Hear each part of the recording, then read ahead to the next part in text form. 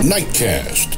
Stephen Lloyd Gilbreth brings you the current news from the world today and how it relates to Bible prophecy. Understanding the end-time events leading to the peaceful world tomorrow.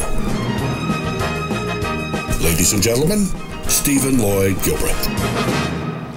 Good evening, friends, and welcome to this January 29, 2015 edition of Nightcast. Opening story tonight, Egypt. Egypt's military has long tried to quell violence in the restive northern Sinai region. At least 26 people have been killed in a series of attacks by Islamist militants in the north of Egypt's Sinai Peninsula. A car bomb and mortars hit military targets in the North Sinai capital El Arish, killing a number of soldiers. Other attacks took place in a nearby town and couple of towns, one bordering Gaza. Militant group Ansar Bet al-Maqdis, which pledges allegiance to Islamic State, said it carried out the attacks. The insurgents have intensified attacks since Egypt's Islamist President Mohamed Morsi was ousted in 2013. Tensions have also been raised across Egypt this week amid protests marking the anniversary of the 2011 uprising that ousted then-leader Hosni Mubarak, thanks to the policies of one United States of America administration at the time. Egyptian officials said a car bomb had been detonated outside a military base in Al Arish, and mortar rounds were also fired at a military hotel, a police club, and more than a dozen checkpoints. Newspaper Al Aram said its Al Arish office, which is opposite the hotel and base, had been completely destroyed. And friends, here's a map that goes along with this story. An Army major was later shot dead at a checkpoint at Rafah, medical and security sources said. 30 people were wounded in Thursday's attacks. North Sinai has been under a state of emergency and a curfew since October, when an attack on a checkpoint killed dozens of soldiers. The Army has launched major operations to try to quell violence in the region, but so far has failed. Ansar Bet al-Maqdis has become the biggest threat, staging many attacks on security targets. Analysts say today's wide-ranging attacks indicate a previously unseen level of coordination. The group, which was originally inspired by al-Qaeda, but later pledged allegiance to Islamic State in Iraq and Syria, has called on Egyptians to rebel against President Abdel Fattah al-Sisi. President Sisi is the former military chief who led the crackdown on Mr. Morsi's Muslim Brotherhood. The Brotherhood has said it rejects violence. Egypt is creating a 1 kilometer, that's a little more than half a mile, buffer zone along the border with Gaza in a bid to stop militants smuggling weapons in from Palestinian territory using tunnels. The project has displaced more than 1,000 families in Rafah, and severed an economic lifeline for many Palestinians. And I think that's it on that story. But related to that, friends, Hezbollah attack site near Shebaa Farms has been identified. And I believe we have video with this one. Israel says it has received a message from Lebanese militant group Hezbollah, saying it does not want a further escalation after border clashes yesterday that killed 3 people. The message was passed by the UN mission, but Israeli troops remained, quote, prepared. Yesterday's cross-border violence erupted when Israeli military vehicles, well, you'll see that in this video. In fact, let me let the reporter explain this to you. Let's go to Orla Gurin reporting from a village or from a vantage point. Let's go to Orla Gurin reporting from a vantage point overlooking Shebaa Farms. Well, we're told that the attack happened in the gap between those trees. The Israeli troops were in vehicles. They were on a local roadway when they came under fire from Hezbollah.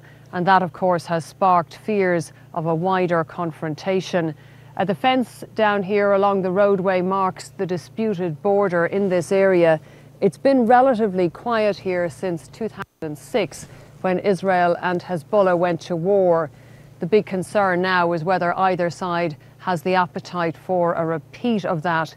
In the past few hours since we've been here, it's been quiet. We've been hearing United Nations choppers. We've also heard some Israeli drones. But this is a farming area, and we have seen some people going back to work in the fields. There was Israeli shelling here yesterday. Some of that affected the outskirts of the villages here, these border villages, and the schools remain closed. But officials have told us that about 50 or 60 families fled. Now, some of those have returned. Israel's Defense Minister Moshe Yaalon says he has received a message from Hezbollah via the United Nations. He says that message says that Hezbollah does not want a further escalation, but he also says that the Israeli army remains ready, it remains prepared, and it will continue to be until this entire area calms down. And friends, families of a Japanese and a Jordanian hostage being held by Islamic State, IS, have made personal appeals for their safe return. The messages were issued as a deadline set by the militants has passed, and the fate of the hostages is still unclear. Jordan has said it is ready to swap an Al-Qaeda prisoner for its captured fighter pilot, but IS will only free the Japanese hostage in return. Frank Gardner reports. The Turkish border with Syria, where Islamic State have demanded Jordan hand over a failed suicide bomber. The Japanese media have gathered, hoping to see their country's hostage released in return. But instead, the dusk deadline set by Islamic State has passed with no handover. Kenji Goto, seen here before his capture by IS last October, is a respected Japanese journalist. Today, his wife revealed she's been in email contact with his kidnappers. She made this heartfelt appeal for his release. I am the wife of Kenji Goto, the journalist who is being held by a group in Syria. My husband and I have two very young daughters. Our baby girl was only 3 weeks old when Kenji left. I hope our oldest daughter, who is just 2, will get to see her father again. Also being held is this Jordanian F-16 pilot, Muaz al-Kasazbeh. His plane came down over Syria last month.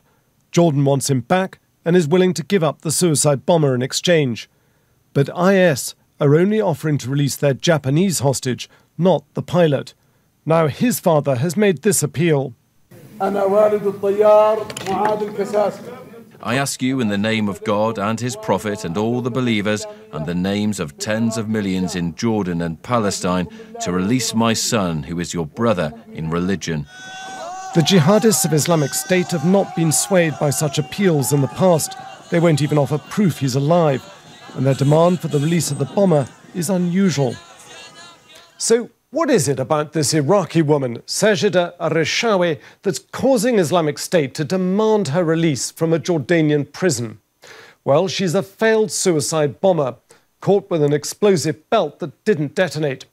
She was part of an al-Qaeda attack on Jordan 10 years ago that killed nearly 60 people. And she's linked, through her brothers, to this dead al-Qaeda leader, al-Zarqawi, who's seen as being the forerunner of today's Islamic State group. Hence their demand. All this is placing a heavy burden on Jordan's King Abdullah, a close US ally.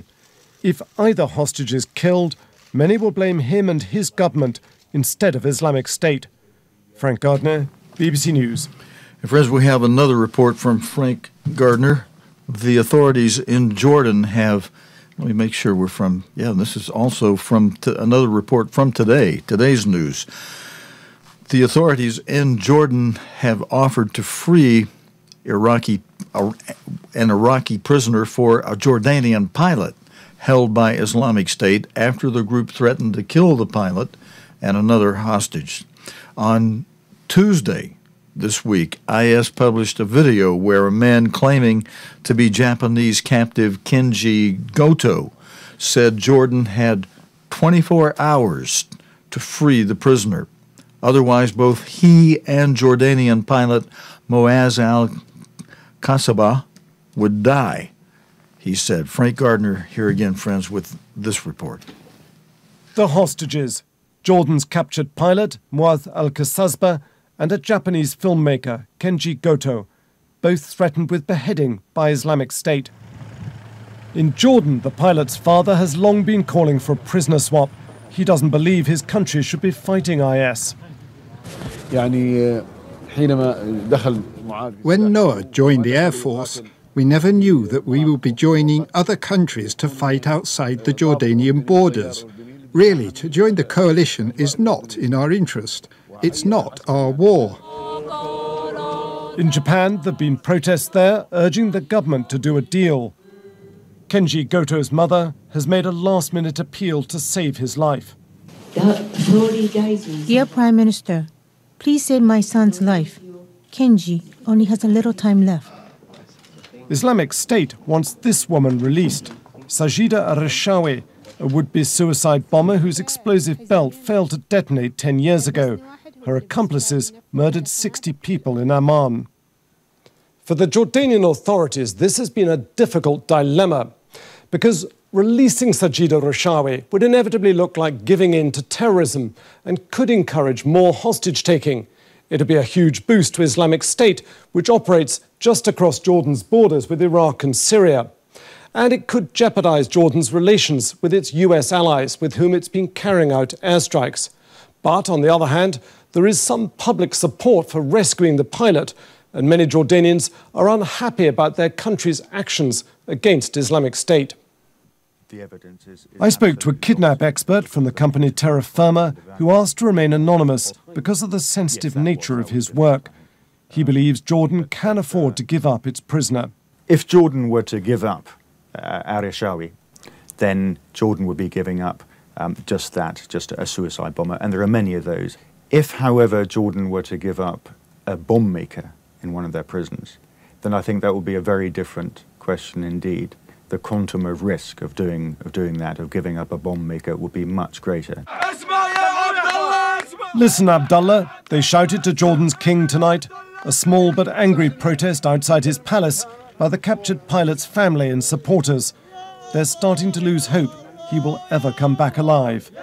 Frank Gardner, BBC News.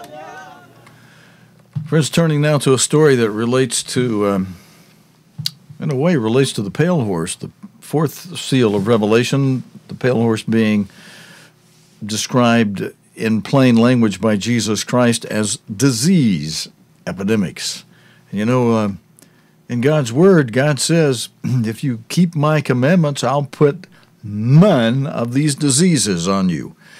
But, you know, governments of man, they want to say, oh, you've got to take these vaccines, and they blame the parents if an outbreak occurs and you didn't vaccinate your kid.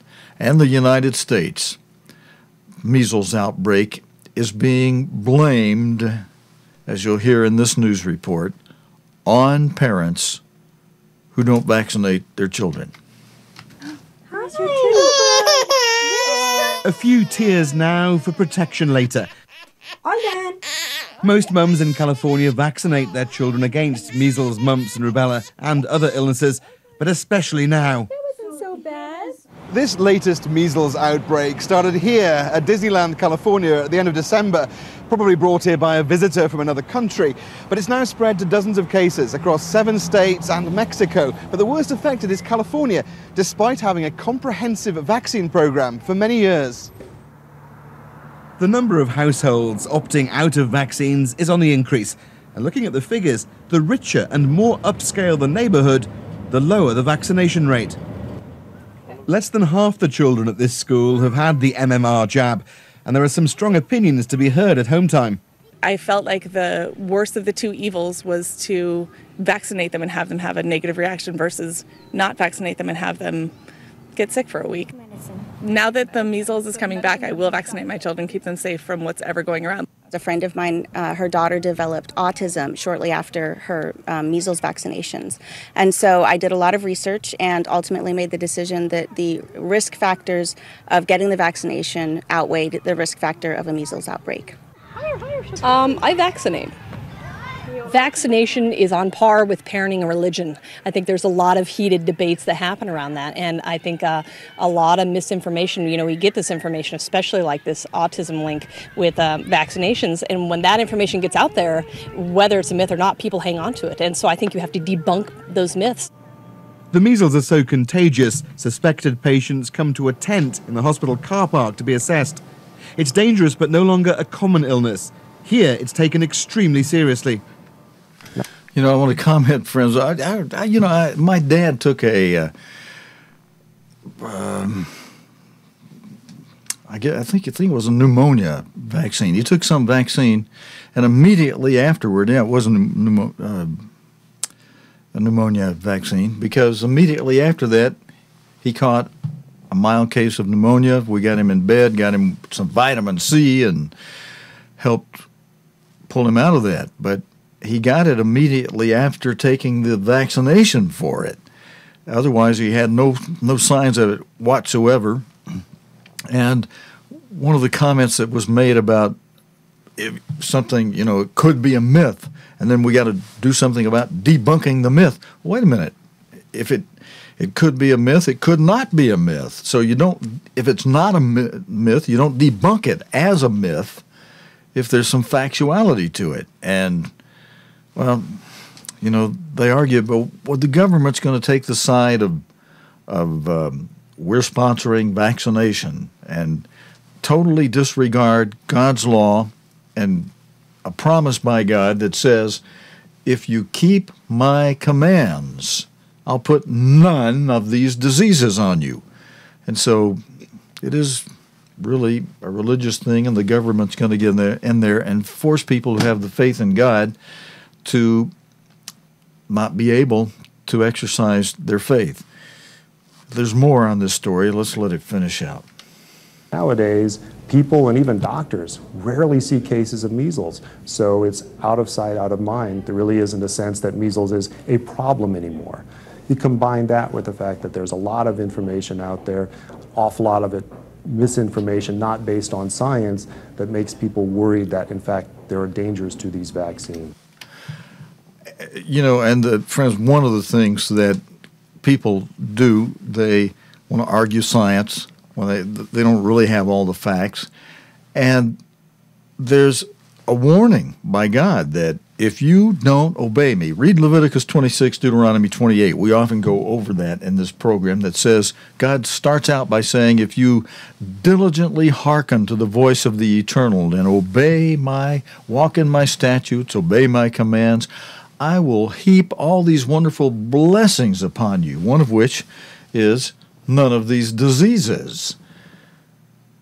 On the other hand, about midway in each chapter, about midway, God says, after telling you what all the blessings will be from God if you obey Him, your Creator, our Creator, He then says, but on the other hand, if you don't obey me, you're going to get just the opposite of all those blessings. So,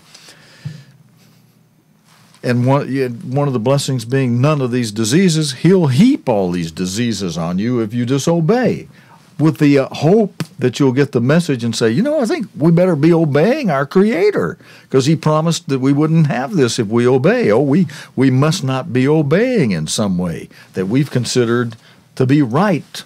Something we've considered to be right must be wrong. Let's check God's word on it. Do people do that? No, they look at the preachers who tell us soft things and wrong things and don't have things right from the Bible and don't even, and of course, they teach things that are inaccurate from the Bible that won't jive with science, and so people stack science against religion because of false preachers out there. So, you know, you gotta get it straight. You gotta get it right. You gotta go to the right source, and there's one way you can do that. You say, well, how do I know who to listen to? Well, get on your knees and ask God. That's what I did.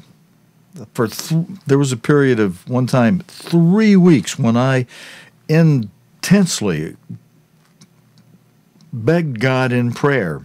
Sometimes those 3 weeks all night long. And then I was able to be off work those 3 weeks, and during the day I'd take my Bible down in the woods and just plow through the Bible, trying to find the answers to my questions and then praying. And one of those questions was based on something I saw in Matthew 16:18, where God said, I will build my church. One of my questions in my prayer was, well, God, where is that church you're building? And how come there are so many different denominations? And even in one community, sometimes on one corner or within the blocks, you know, relative to a corner, there's a church on this side of the street, and across the street over here, another one, and then on the other side, in each block, 2 more or 3 more sometimes. One down the middle of the block, too. And they're all different denominations, and they preach it a little different. You know, how come? How is that the church God said he would build when it divided up into all that? I asked God to show me where that church is, and he did. And that settled a lot of things, because it was like a light shining in a dark room. I got the true answers from God's true church. Now, where's that church today? It's very scattered today, but you can still be in contact. You can still, from the man God used to build his church for this time period in these last days, these days that Daniel talked about and would have given his right arm and left tule to understand what we can understand today because of some of the things that have happened. I got that story paused. Let me zoom out just a little bit. You see on the screen behind me over on this side, we've got pictures of each of the 6 kings that are mentioned in Revelation 17, verse 10, where God says there are 7 kings, 5 are fallen, 1 is. At this present moment in time, 6 are fallen, because the time period for when God wrote that verse through the Apostle John from the Isle of Patmos in 90 A.D., that verse was written for between 1936 and 1945, when Mussolini had invaded Ethiopia and restored and revived the Holy Roman Empire for those short 9 years from 1936 to 1945. And during that period of time, 36 to 45, 1936 to 1945, where Revelation 17 verse 10 says, 1 is, that was the period of time when the 1 is, when the 6th head was alive and active. And let me see, can I pull in on that? I think I have my shot set up where we can pull on that screen behind me. Well, I didn't want to go to that picture just yet. Let me come back out. Let's do it this way, I think, over here. Yeah. Now, there are at the top of that 2 rows of 6 pictures in all, there are the 6 kings that Revelation 17 verse 10 is speaking of. The first one in the upper corner there, that's, let's see, that's not the way I want to go. I want to go to that first one in the top. That's Justinian. He was the first of the 5 kings that are fallen that Revelation 17 mentions. Next to him, there's Charlemagne. He was the second. Next to him, there is Otto the Great. He was the third. Then down here in this next row is Charles V, who was the 4th of the 5 kings who were fallen. And then over one next to him, there's the infamous Napoleon of France, who was the 5th of the 5 kings that are fallen. And then next to him, here is the sixth king, who is mentioned in Revelation 17:10. Revelation 17, verse 10, as the one that is. 5 are fallen and 1 is. And God revealed that to his servant who built the church for this time, a small church, a very small harvest for these latter days. And during that time, Mr. Herbert W. Armstrong was 43, 44 years old, doing a nationwide broadcast, coast to coast, and from Mexico, from a 100,000-watt station in Mexico. And on that broadcast, he read the news story that said, where Mussolini was saying he had revived the Holy Roman Empire after he invaded Ethiopia. Now, his tenure, as I mentioned, was from 1936 to 1945. You would say, well, that's only 9 years long. Well, it was a short revival of the Holy Roman Empire, but the king before him, Napoleon, who was the head of the fifth king, his tenure was only 9.5 years long, also having come into power, being crowned by the Pope in a coronation ceremony held by the Pope, and it's considered as though he were crowned by the Pope, even though Napoleon grabbed the crown out of the Pope's hands and put it on his own head.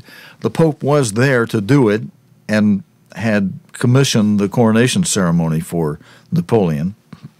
And so, and that happened in December of 1804, December 1804. So right at the end of 1804, and because of that, some writings of the history on it say that Napoleon was crowned in 1805. Well, really close to 1805, but it was in December of 1804. If you check enough historical records, you can even find out the exact date. I think it was December 12, if I'm remembering correctly, and I'm doing that only from memory. But it was early in December 1804, and the Battle of Waterloo occurred in 1814, around April of 1814. So Napoleon had only about 9.5 years as head of the Holy Roman Empire, the fifth king of that fifth domain, and then it went into recess until Mussolini. From 1814, it went into a long recess until 1936. And when it went into recess with Napoleon's defeat at Waterloo, that ended a reign that went all the way back to Justinian. And they're up there at the top, went all the way back to Justinian, back in, what are we talking about, 554 A.D. So from 554 A.D. to 1814 with Napoleon here, we had a long, constant reign of the Holy Roman Empire, but then 1814, the Roman Empire falls with the Battle of Waterloo, Napoleon losing that. That's the end of the Roman Empire until 1936 when Mussolini revived it. For the same length of time Napoleon was reigning from 1804, end of 1804, December 1804 to 1814, April 1814. 9.5 years. Mussolini had 9.5 years after he invaded Ethiopia until April of 1945, April 28, 1945, when he was hung upside down from a canopy at an Esso gasoline station in Italy. So there's, friends, a little bit of history for us on the 6 kings that are now fallen. That Revelation 17, written for 1936 to 1945, says 5 are fallen and 1 is. And it goes on to say, and 1 is yet to come. And when that one that's yet to come comes, you see in this photograph here, that woman you see behind the beast, that represents the false prophet, the Pope of the Catholic Church, who will ride. They said this woman rides this beast. She'll ride again for one last time during the 7th revival. And the final head comes to restore the Holy Roman Empire once again with 10 kings. The 10 crowns that are on this 7th head represent 10 kings who will give their power to this 7th and final head of the Holy Roman Empire, who's yet to come. And when he does come, the Pope will take this crown that's now in the royal treasury in Vienna and place it upon, and then they'll take it over to Frankfurt, Germany, is where they'll do this, where the Emperor's Hall was rebuilt thanks to the United States Marshall Plan after it was blown up toward the end of World War II. And it was rebuilt just for this coming occasion where there will be a coronation ceremony for the 7th, final, the last head of this Holy Roman Empire. And that's coming. And when that comes, as we show you in that with that crown, let me bring that back. Let's see, wrong one. Let's go over to the crown. There it is. That'll be the time of great tribulation. It'll be the time of martyrdom of God's saints. Be the time of World War III commencing. It'll be the time when the Philadelphia era, the church that I was talking about, those who remain Philadelphian in attitude and approach, which is basically described in Luke 21, verse 36, where Christ says, watch and pray always. Those of you watching this program have a good start at doing that, because we put on this program what you should be watching and praying about. At the end of the program might be a very good time to run to your prayer closet or the place from which you pray privately before God and pray about the things you just saw on this program each evening. And with your whole heart, asking for God to bring in, usher in, and restore His kingdom.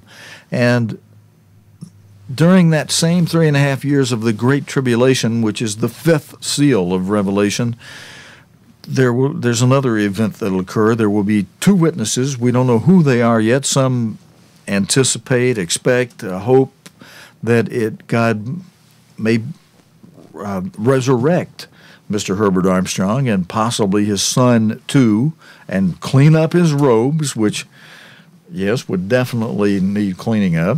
But God says He'll do that for somebody. And so whoever they are, there's going to be 2 witnesses going about at this time during the Great Tribulation, when Philadelphia is taken to the wilderness. And I've gone over that a number of times from Daniel 11, verses 40-41, that tells us that that place God will take His church to is in a triangulation somewhere over just east of the waterway that runs from Lake Tiberias down to the Dead Sea. And I don't want to take time for that now, but we'll go over that again at another time, friends. But I got over to that because so many things depend on whether people are obeying their Creator or not. Whether we have good health in a nation and agricultural blessings and are able to defeat our enemies depends on whether we are obeying. Just look at the start of Leviticus 26 and Deuteronomy 28, where God says, if you diligently hearken to my voice, then I'll give you all these wonderful blessings. And if you, let's see, where's that? This little book I have here we had in first year Bible called None of These Diseases is based on a verse of Scripture that my memory's going a little south on me here now, but I think that verse of Scripture is in Leviticus 26, if I'm remembering correctly. That's probably right near the beginning of this, but I'm getting a little long, and I got a couple more stories I want to wrap us up on, friends. I'll look for this to cover Sunday night with us, and if you want a good book to read, this is a very good one to read. It encourages your faith, and one of the things that God requires faith for is healing. And this book, I bought this, my little book. The back pages come off, but I marked it during first year Bible. I still have my original little book from from my first-year Bible class, and I don't want to lose that one. But maybe I'll read some things from it for you from time to time. But let's let this story finish, and then we got a couple more, and then we'll close up for tonight. Airborne viruses love places like Disneyland, which has been praised by health officials for its response. The outbreak comes down to people's right to choose about vaccinations, for themselves and for those around them. Alistair Leith, BBC News in Orange County, California. Okay. All right, you know, Alistair, thank you for mentioning that people have a right to choose, and yet even the news story kind of loads it just a little bit on the side of if you choose the wrong way and you choose not to vaccinate your kids, then you got all these people telling you that you're believing myths, and you'll have the government on top of you for not accepting their vaccination program, which, again, friends, from which my dad caught the flu after taking, it was a flu vaccination. Yeah, and that's what he caught. He caught all kind of flu symptoms right after taking the flu vaccination. And that makes sense, because what they're doing is they're giving you a little bit of the flu in the hopes that your body's immune system will build up antibodies, natural antibodies, against that flu. Problem is, if you've got people, children or old people, whose immune system is not really super up to par, as especially elderly people's would not be in old age, then instead of fighting off and creating the antibodies they need to overcome that little bit of flu doctors give them in a vaccination, the flu takes over and the poor person suffers that disease. And then the other part of that is sometimes they're using things to give you the flu.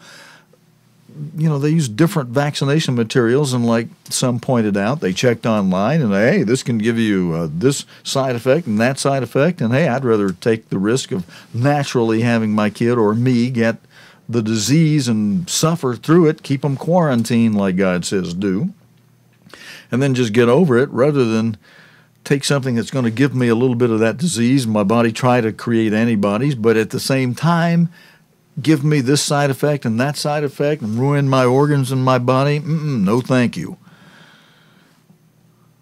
Friends, a gas tank lorry has exploded outside a maternity and children's hospital in Mexico City, and a baby, the city's mayor said, was killed along with a woman, with an older woman. I'm speaking to the community here, people in the community, and they're really shocked. And one of the things is this is a public hospital. This was a hospital for people who can't afford private health.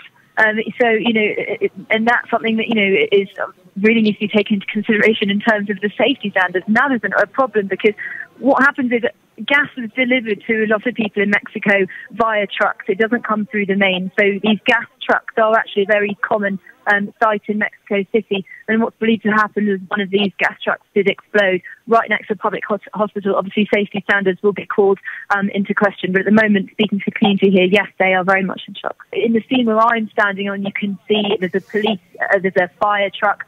There's several different federal police services as well as medical services. I'm seeing people come through with their white coats as well. So really, I mean, people are milling around. It's almost, I wouldn't say chaotic, but certainly there's no order. People are just waiting, really, to find out. So different services being let through and let out, as well as there are some senior or members of the government, such as the mayor has been through, and people like that. So really, I mean, it's people are milling around, very much kind of mixing in, trying to get to the bottom of this. And it's, as I say, a very much an active search and rescue mission at the moment. And friends, that was BBC's Catty Watson, who visited the scene of where that incident happened. Friends, in closing tonight, let me give you a little bit of news from the United States, which is making headlines even in Japan. Keystone XL project was approved by the United States Congress. The caption in this opening photograph for this news story says that a similar bill failed in the Senate last year, but now the chamber is controlled by Republicans. The U.S. Senate has passed a bill to approve the controversial Keystone XL Pipeline, sending it to President Barack Obama's desk for a likely veto. The 62 to 36 vote comes after weeks of debate and votes to amend the bill after the House approved it. The 875-mile, that'd be 1,400-kilometer pipeline, would carry tar sands oil from Alberta, Canada, to the United States state of Nebraska, where it joins pipes running to Texas. The White House has previously said Mr. Obama will veto the bill. Spokesman Josh Earnest said the legislation would undermine a, quote, well-established review process, whatever that means. Now, the caption under this next photograph with this story, friends, reads, some Democrats, like Senator Joe Manchin, crossed the aisle to vote for the project. I'm just reading you what's in this actual BBC News story. Congress would need 2/3 of each chamber of Congress to overcome a presidential veto. That may be something some of you might want to understand. It's just the president cannot just automatically veto it altogether. If Congress were to send that bill over with 2/3 of each chamber of Congress, the president would not be able to veto it. The project has pitted Republicans and other supporters who say it will create much-needed jobs against many Democrats and environmentalists who warn the pipeline will add to carbon emissions and contribute to global warming. Senate Majority Leader Mitch McConnell called the bill, quote, an important accomplishment for the country. We are hoping the president, upon reflection, will agree to sign on to a bill that the State Department said could create up to 42,000 jobs, and the State Department said creates little to no impact on the environment. The caption with this next photograph, friends, well, let's see, that's just a map, actually, showing you where that pipeline would run from Alberta down through Nebraska and then into Texas. Democratic senator from California had such a political statement. I think I'm just going to skip over that in the news here. There's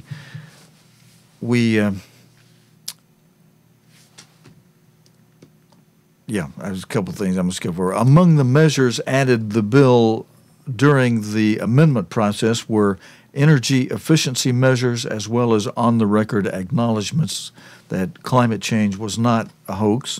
The U.S. president has been critical of the pipeline, saying at the end of last year it would primarily benefit Canadian oil firms and not contribute much to already dropping petrol prices. One thing, friends, to keep in mind, though, I don't know about you, but I've been saying a certain thanks just from my own personal life standpoint that the gasoline prices have been lower.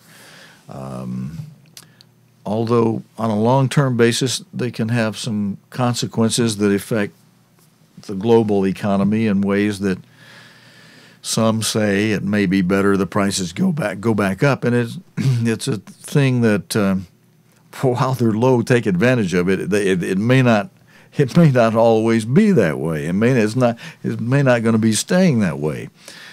A State Department report raised no major environmental objections in February, but the final recommendation was delayed amid a court battle over the project in Nebraska. I'm pretty sure they're mentioning last February since we're not in February yet. A final decision is expected in the upcoming weeks. And then the caption to this photograph in this story, friend says, demonstrators continued their protest as the Senate held a vote. The State Department is involved because the pipeline would cross an international border. The Keystone XL Pipeline aims to carry some 830,000 barrels of heavy crude a day from the fields in Alberta to Nebraska. The oil would then be transported on existing pipes to refineries in Texas.